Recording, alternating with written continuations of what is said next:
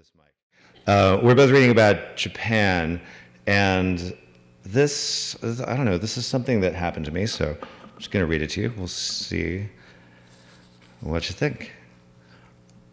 I am sitting on the top floor of a small house in Tokyo where the Shinchoja Publishing Company provides lodging for authors. I am writing this at Haruki Murakami's desk.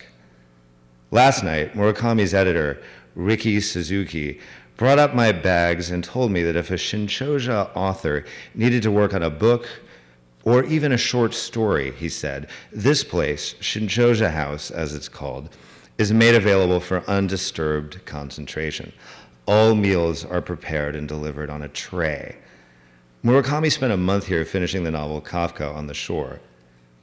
Tokyo is the world's most populous city. Since it is 3 times the size of New York, I started thinking of it as New York, copied in triplicate.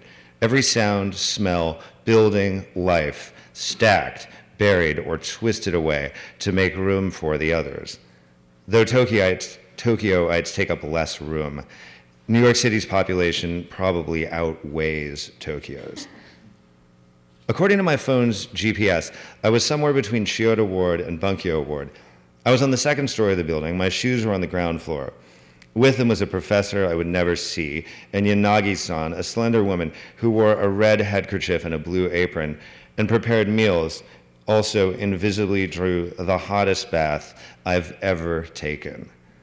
The company's brick-walled tennis court was around the corner, decorated at that moment with a banner promoting Murakami's latest novel, 1Q84, which Shinchoja was bringing out in 3 400-plus page volumes, of which one remained to be released. I had met Murakami because I interviewed him for McSweeney's sibling publication, The Believer. For the interview, we communicated by email. I wrote questions in English and he responded in Japanese. When it was over, there was no question. It had been a disaster. Here is a typical and by no means the only painful exchange. Question: what do you think about cuteness? Modern Japan, or at least the Japan we see over here at its most extreme, seems like a nation swinging between its obsessions with either the extremely cute or the extremely efficient. Hello Kitty, Honda Civic. You've said that violence is the key to Japan. The Wind-Up Bird Chronicle is the book in which you wrestle most directly and harrowingly with Japan's history of violence, and the character you use to wrestle with it is called Cinnamon. It's a very cute name. What are you saying about cuteness? Is Japan's obsession with cuteness a means of avoiding the violence of its recent history? Okay, it's a great question, right? I thought we'd just go straight to the A-bomb from there and have this really profound dialogue. Answer: I myself am not much interested in the cute and the efficient, so I can't really answer your question. The commodification of the cute and the efficient is not something unique to Japan. Mickey Mouse is cute after all, and the Swiss Army knife is efficient. And nations are violent systems by definition.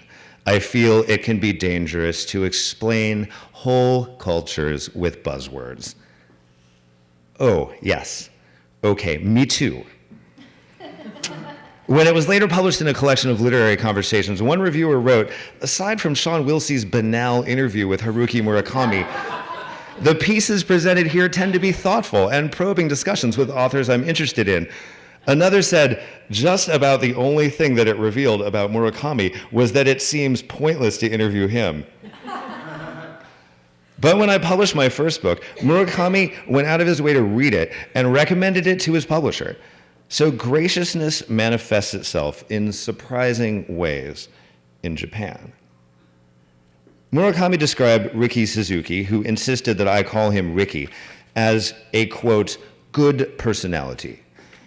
He met me at the airport dressed in jeans, t-shirt, black ski parka, standing about 5'8" with a crooked smile and ashy black hair. He grabbed my bags, heavy with red wine and jazz records for Murakami, and lifted them over my objections onto a Tokyo-bound commuter train.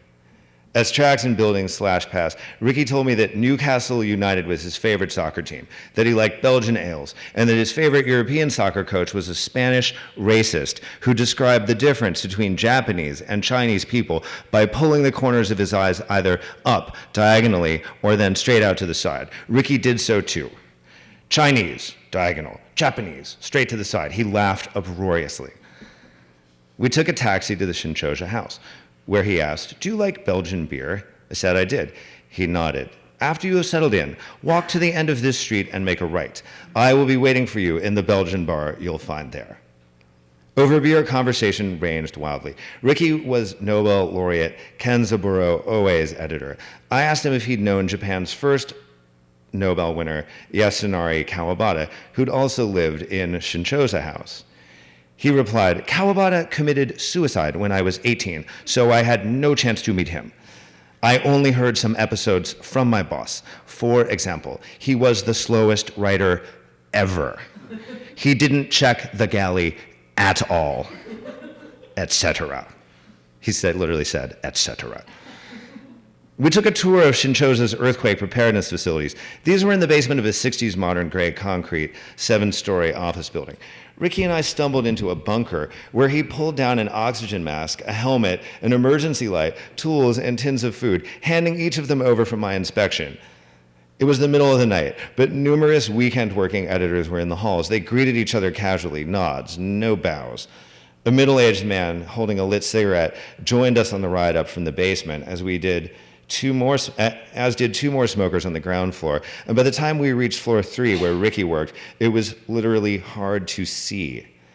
We walked past several book and haze-filled rooms where men read in pools of light. At the end of the night, I left laden with publications I couldn't read, got home in the early hours of the morning, and was promptly offered a bath by Yanagi-san. I accepted because it had been prepared especially for me. Apparently, humans were capable of adjusting to this temperature, but I thought I was going to die on the spot. Looking at the green tiles, frozen in the 60s, it was easy to imagine Yasunari Kawabata procrastinating his Nobel speech writing in the suicide-strength water. The next morning, I got an email from Ricky that began, "I have drunk too much last night. I hope I haven't said or done impolite things." He nodded off in his cubicle, he said, and slept until 4:30 a.m. I offered reassurances and said that I'd slept well and then had gotten up and done some work. He replied, "I can't believe you woke up so early and are so active after such beer and wine." Later, he confided solemnly, "I have lost the power to sleep." Later that day, I met my translator, a boyish woman called Yukiko Bano. Ricky called her Bano-san, estimable Bano. I gave a reading and then went out and took a taxi wherein a rear door was opened automatically by a lever at the driver's side, as in a school bus. Ricky, Bano-san, and I drove a couple miles and stopped in front of a modern building. The curbside door opened, we got out, went up some stairs, and through a room occupied by a huge bright zinc bar and handsome white-clad waiters. Murakami described a similar setting as, quote, "the most famous French restaurant in the city, insanely expensive." And here was Murakami, in a back room, surrounded by beautiful women, wearing a sky blue cashmere sweater and a close-cropped salt and pepper goatee. Yoko Murakami, his wife, tall, willowy, stood beside him in a silk blouse and cashmere cardigan, both black. Haruki described her like this: "She is my first reader. Every time I write a book, I rely on her. She's a kind of partner to me. It's like Scott Fitzgerald. For him, Zelda was the first reader." I brought along 3 Stan Getz records from a secondhand jazz store in New York. As I presented them, I figured this was the moment he'd say, "Ah, yes, I will file these with the other identical copies of these records that all my Western fans bring me." But he had never seen one. Another he owned, but not in the original version that I brought. And the third, released in Sweden, he owned and dismissed, saying, "I think he did it for the money." Murakami's speaking voice is deep and resonant. I'll try to do it, actually. And resonant. And surprisingly, considering his reticence in an interview, he excels at small talk. The room was large, and the beautiful women who filled it were Shinchozha editors and Shinchozha publicists, slender, stylish, and intelligent, like so many of the characters in his novels. As 7 such women looked on, rapt, Murakami said, "Sean, is this your first trip to Japan?" I said I'd visited as part of a children's peace delegation and attempted to meet with Prime Minister Yasuhiro Nakasone. Murakami and all the women exploded with laughter at the mention of Nakasone, roughly the reaction you'd expect to a Japanese visitor narrating his foiled attempt to meet Dan Quayle. As Murakami nursed an Amstel Light and furtively ate French fries, he asked in his pipe from the center of the earth voice, "Sean, how have you been sleeping?" "I've had weird dreams." "I never dream," he said. "Never?" "I dream when I am awake." This seemed a too-studied remark. I glanced over at Yukiko Banno, who simply looked starstruck. Nodding, however, from Ricky. They'd known each other for decades, since Ricky was a client at Murakami's jazz club. "I can't wait to read 1Q84, I said. I hear from Ricky and Banno-san that it is about stretching." They spent a lot of time telling me the book was about stretching and laughing, and I had no idea what that meant. Murakami replied, "Yes, stretching." Banno-san reddened. Murakami asked what I was working on, and I told him, "I would like to read that," he said. "Your writing is very crisp, very clear." He apparently continued in this complimentary vein for quite some time, as his mouth was moving and his eyes were focused, but I was insensate, in a trance. When I came to my senses, I heard him say, "You need to do more writing." I immediately worried that he had actually told me what exactly I should write, and I had missed it. Then he said, "Where are you staying?" "Shinchozha House." "Oh, not a hotel?" "No, you're staying at Shinchozha House." "Yep." He fixed me with a hard stare and said, "The Shinchozha House is haunted." That hung in the air for a few seconds. Then Ricky said, "I always see the same ghost when I visit a certain street. She's a woman standing at the end of this street, and she talks to me." He said it almost without inflection, but very seriously. Murakami started laughing and almost cried. "How about you, Haruki?" I asked. "I have never seen one." "Do you ever feel a presence?" "No, I told you. I don't even dream." "Come on, you've never dreamed?" "I dream when I'm awake." "Sure, but you must have dreamed something." "Well, a few small things, but nothing worth remembering." Perhaps emboldened by the ghost talk and knowing that I was raised Catholic, one of the beautiful young literary assistants boldly approached me and confided, "It is miserable being a Catholic here. I hate my parents for their religion." Yoko Murakami then handed me a box of Japanese sweets. "They are made from jellied lotus root wrapped in a leaf," she said. "I love lotus root," I told her. Yoko beamed. Murakami gave me a look that seemed to say, "Liar." "You know it?" "Yes, I really do. It would be a weird thing to lie about liking lotus root." He continued to look doubtful. I worried, after all he'd done for me, that it was only now, on our first meeting, that he was recognizing me as a fraud. Murakami said, "We have to go. I am up early." In the cab, Ricky said, "Haruki always teases writers who stay at Shinchozha House about the ghost." I stayed up sitting at Murakami's desk, eating lotus root, lay down on my tatami mat at 11, and was awakened at 3 by the sound of a baby crying. What was a baby doing here? I felt vulnerable, like an easy target on the floor. There was so much air and space in the room above me. It was like sleeping at the bottom of a well. The baby kept crying violently, unsoothed, and I stared at the ceiling. Not that the ceiling had anything of interest about it, as Murakami wrote. Ceilings weren't put on rooms to amuse people. I never got back to sleep. The next morning, I was to report to Shinchozha headquarters. I was getting a cold and blew my nose constantly while drinking endless perfect green teas. I spent the day with Banno-san being interviewed and flattered and photographed by a succession of female reporters and photojournalists. Banno-san carefully translated all my answers to their questions. I was taken outside by the Shinchozha tennis court, leaned against a wall, and smiled at as shutters clicked and spectators gushed, "So handsome." I had never been fussed over by women as I was now being fussed over. I found myself winking at one of them. Back inside, I pulled out a notebook and wrote something down. A female reporter said, "Your handwriting is very beautiful." Who is your favorite writer? I asked Bono-san. You, of course, she said. Bono-san and I had dinner with Ricky at his favorite sushi bar in the bookstore district. The meal began with 2 pieces of red snapper sashimi wrapped in a cherry leaf. One of the 2 pieces still had a tail on it. Deciding I should be as game as possible, I ate the tail. Bono-san did the same thing. It was indigestible, like a little bouquet of sewing needles.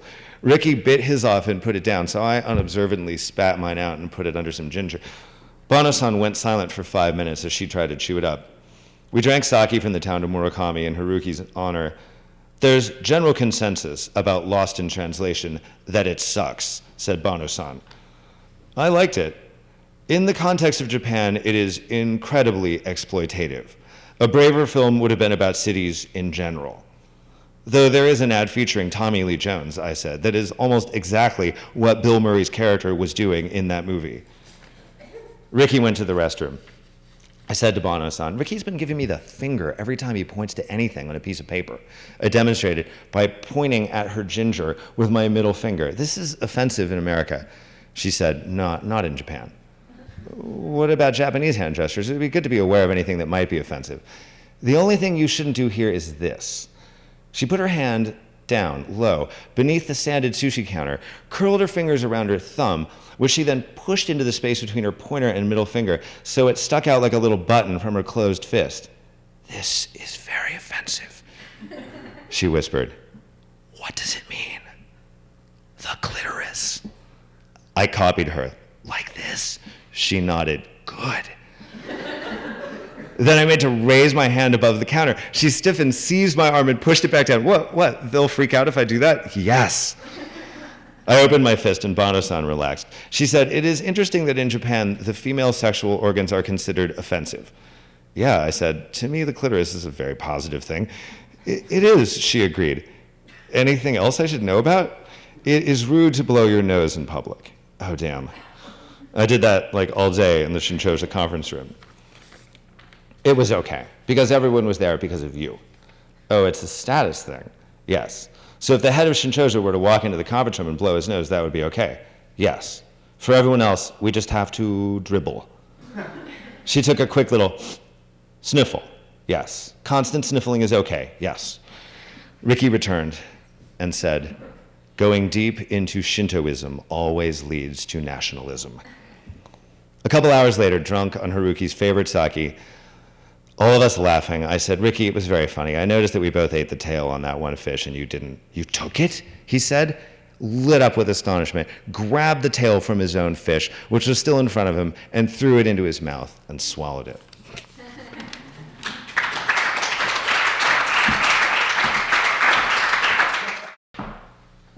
So that's why you wanted to go first, because you were going to be funny, and I'm not.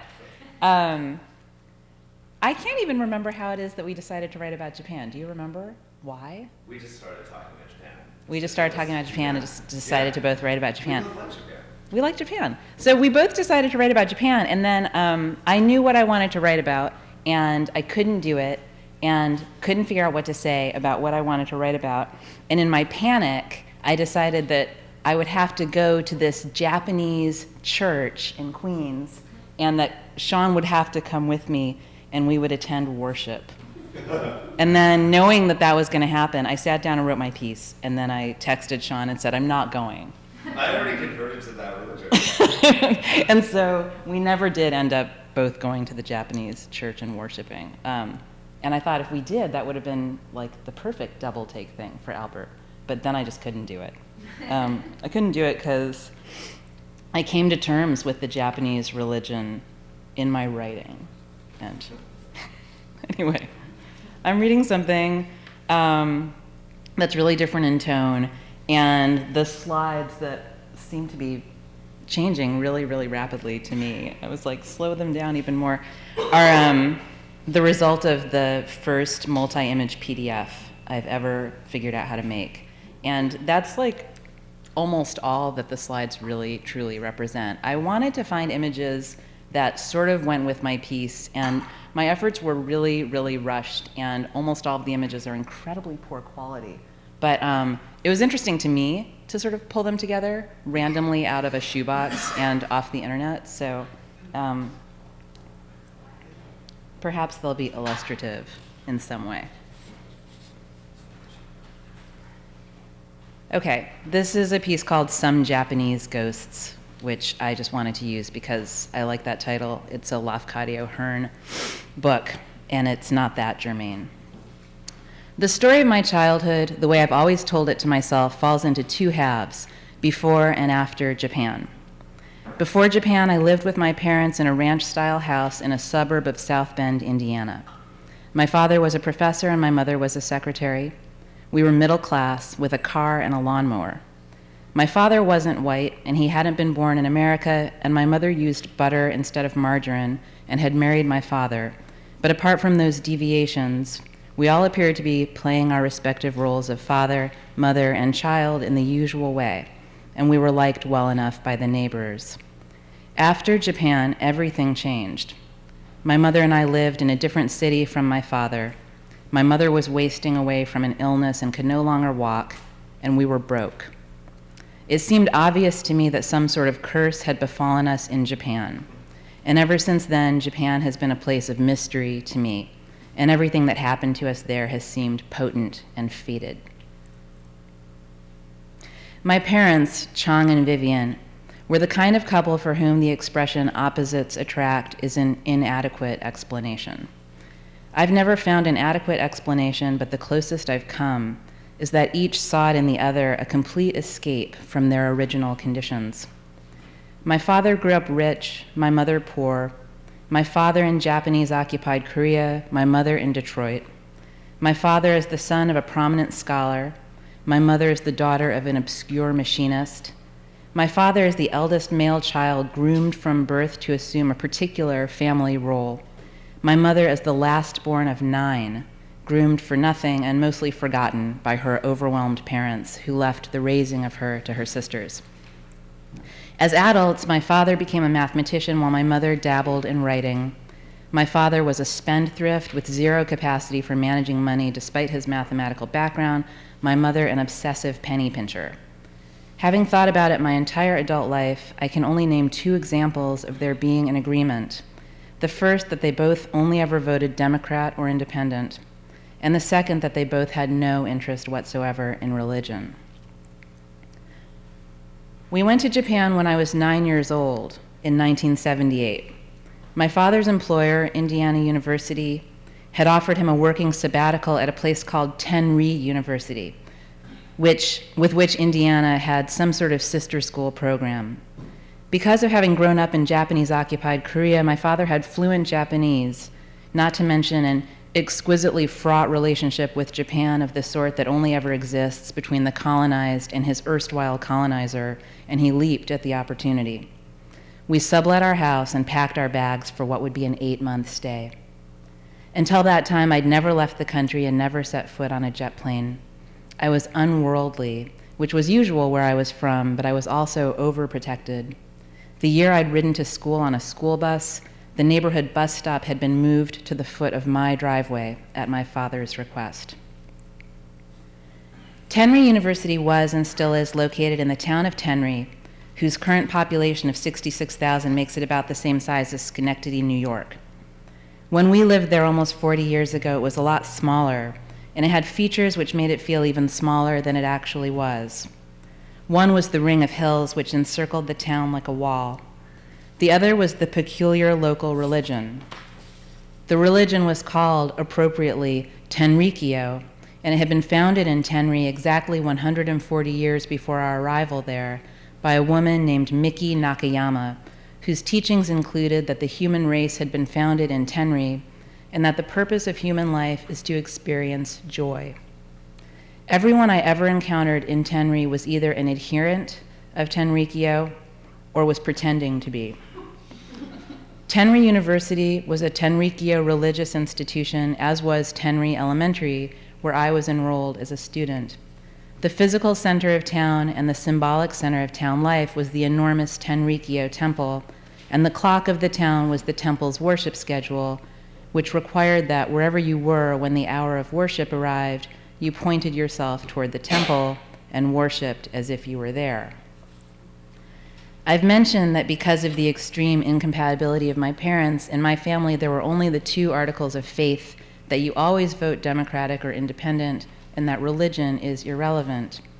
But in Japan, on the first day of school, my father walked me to the gates of the Tenrikyo temple and left me there with a single sentence of advice. If anyone talks to you, say, "Wakarimasen." It means, "I don't understand." Tenri Elementary, I'd soon learn, began every instructional day in the temple. On that first day of school, a sensei must have been at the temple to take me in hand, but I don't remember this. I only remember my father walking away. My mother hadn't even come with us as far as the temple.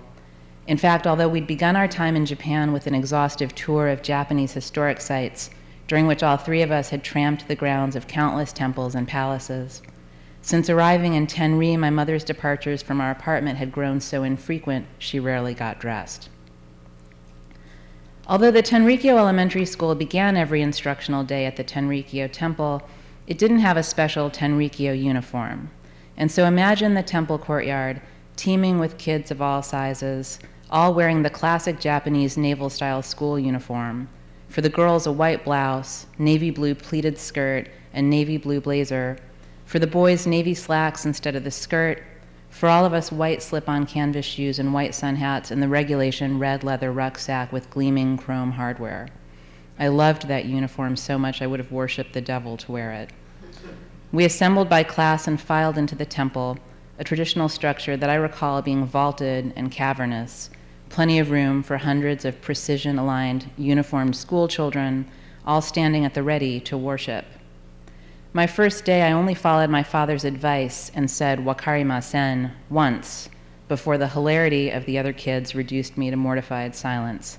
But I could have said it continually for an hour. I didn't understand anything. I was assimilated into a row inside the temple, facing forward. Then the music and the dancing and the gong striking, the steps and the arm and hand motions began. This was the daily morning worship, known in English as the service dance. The service dance was a synchronized performance for which the rest of the kids had been rehearsing for literally their whole lives. Imagine sped-up Tai Chi or a less martial version of those mass performances put on by the children of North Korea. It was graceful and complicated and impossible to just pick up by watching and doing. All the other kids could do it so effortlessly that their sidelong observation of me, floundering, hapless, and bewildered in their midst, didn't make any of them miss a beat. Looking back now, I realized that my appearance among them wasn't laughable so much as delightful. They were even more sheltered than I was, their world even more homogeneous, and my fraudulent appearance among them, wearing their uniform, stumbling around in their temple, must have played like slapstick. Not in those first moments, but soon after, they were very kind to me. They asked their mothers to pack bento lunches for me once they saw the pathetic ham sandwich my own mother sent. They walked me home and gave me novelty pencils. In the natural course of befriending me, they taught me enough of their language that I stopped needing to say "Wakarimasen." At some point between that first awful morning and our awful final morning 8 months later, my life in Japan became simply my life, and the daily Tenrikyo service dance, a commonplace part of it. I can't remember if it was before or after I'd gone native that my mother, knowing that the service dance had been a struggle for me, brought in a sort of a tutor. His name was Dale Tadaro, and he was a white American man with the underfed, overshaved look common to Western seekers in the East. At the time, and even now, I have no idea where my mother came up with him. Dale Tadaro presented himself as an expert in Tenrikyo worship and offered to teach me the ropes, which offer I brusquely refused. I was affronted. Even now, I can still lay hold of my feeling of outrage. Partly, I was outraged because my child's pride was injured. I'd figured out the service dance myself, thanks very much, and no thanks to any of you. But partly, I was outraged because Dale Tadaro's appearance was the single belated acknowledgement from either of my parents of the alien situation in which they'd placed me. It was the exception that proved the rule, that they had never said the first thing that might put Tenrikyo in context for me. I've mentioned that Tenrikyo was founded in the 1800s by a woman named Miki Nakayama, who was a sort of a prophet and divine incarnation in one. At the time she discovered her unique destiny, Miki Nakayama was merely a Japanese housewife and mother. One day, after her family members were struck by a number of inexplicable afflictions, Miki became possessed and started speaking in a booming, terrifying voice. Apparently, she'd been chosen to be the vessel and mouthpiece of the one God. At first, her family members protested. They begged the one God to leave Miki, their wife and mother, alone. The most urgent reason they cited being that she was still raising school-age children. The one God was implacable, though, and hence Tenrikyo was born. This story of a mother taken from her young children and consumed by an implacable supernatural force is one I've only just learned while writing this piece, but it hasn't surprised me. All my life, I've organized my childhood into those two halves, before and after, and in the same way, I've divided my mother into before and after. Before, my mother was a mother like anyone else's, and she'd arrived in Japan looking rather glamorous in her calf-length coat. After, my mother was a pale, hollow-eyed wraith. Our last day in Japan, I remember my father supporting her down the stairs of our apartment building, a flight of stairs she'd climbed without assistance 8 months earlier. After Japan, I never saw my mother able-bodied again. Japan had eaten her. And I'd eaten her too, with my faithless embrace of a strange faith, for which every school day morning I danced, a behavior of mine I later came to see as not just strange, but possibly wicked. After Japan, as I've said, my parents divorced, my mother and I moved, and our lives became permanently organized around my mother's illness. Eventually, I was told that her illness is multiple sclerosis. Until I was more than 30 years old, I believed that my parents' divorce and my mother's illness both originated in Japan, and that perhaps neither would have taken place if we hadn't gone there. I never held this against Japan. On the contrary, like my father, I was more fascinated with Japan in direct proportion to how directly it seemed to have disfigured my life. But discussing all this in adulthood with my mother, it turned out I had my childhood story totally wrong.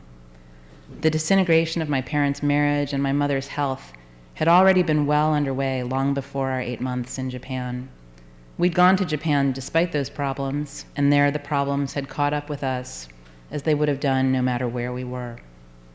In this light, my indoctrination into a monotheistic derivation of Shinto could hardly have been expected to make things worse, and perhaps my parents even imagined I derived a small benefit from those mornings of synchronized dance in worship of a housewife who'd turned out to be a god. Perhaps I did. I've had a hankering ever since to be one of those uniformed children again, subsumed in an ocean of joyful movement. The website Tenrikyology, which promises to present, analyze, and occasionally scrutinize the Tenrikyo faith, explains that one of the hand and arm movements of the service dance is called harote, which means sweep heart or sweeping away. Thoughts counterproductive to the purpose of human creation, which is to lead a joyous life, are referred to as dust. Depending on who you are, these thoughts might include blaming your childhood self for the collapse of your family. These thoughts might include being ashamed of having danced every day when your mother could not. These thoughts might include seeing your father only in terms of his absence and not in terms of his presence. Tenrikyo says all such dust can be swept from the mind and the heart. The sweeping motion of harote alone can't accomplish this end, but the motion makes concrete our intention and potential to sweep, our desire and our capacity to dust ourselves off and be free. Thanks.